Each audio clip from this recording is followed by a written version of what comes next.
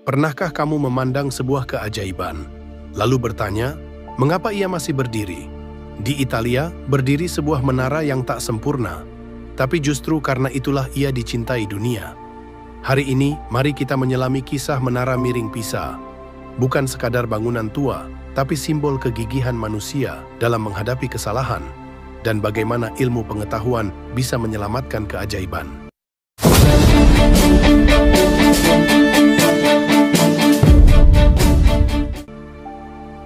Di sebuah lapangan hijau di kota Pisa, Italia, berdiri sebuah menara putih berlantai 8 yang condong ke satu sisi.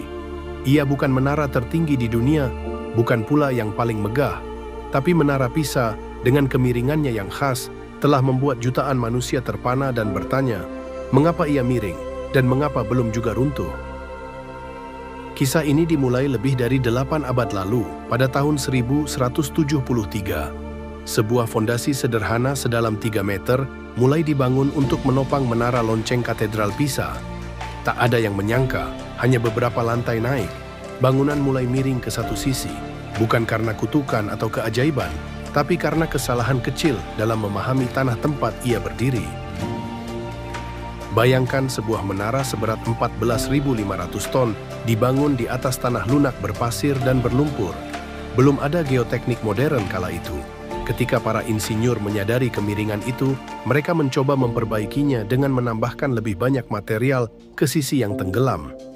Ironisnya, itu malah memperburuk keadaan.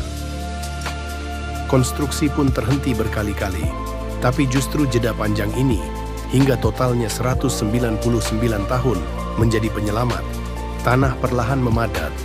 Dalam keheningan waktu, alam memperbaiki apa yang manusia rusak. Dan disitulah letak keajaiban pertamanya. Tanah yang dianggap masalah justru jadi penopang ketangguhan menara saat gempa datang.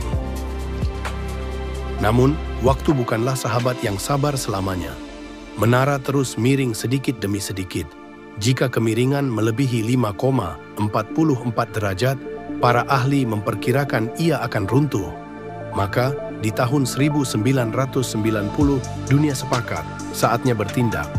Menara ditutup untuk umum dan satu misi besar dimulai, menyelamatkan kemiringan. Para insinyur menggali 361 lubang sedalam 40 meter di sekitar menara, menyuntikkan 90 ton beton ke dalamnya.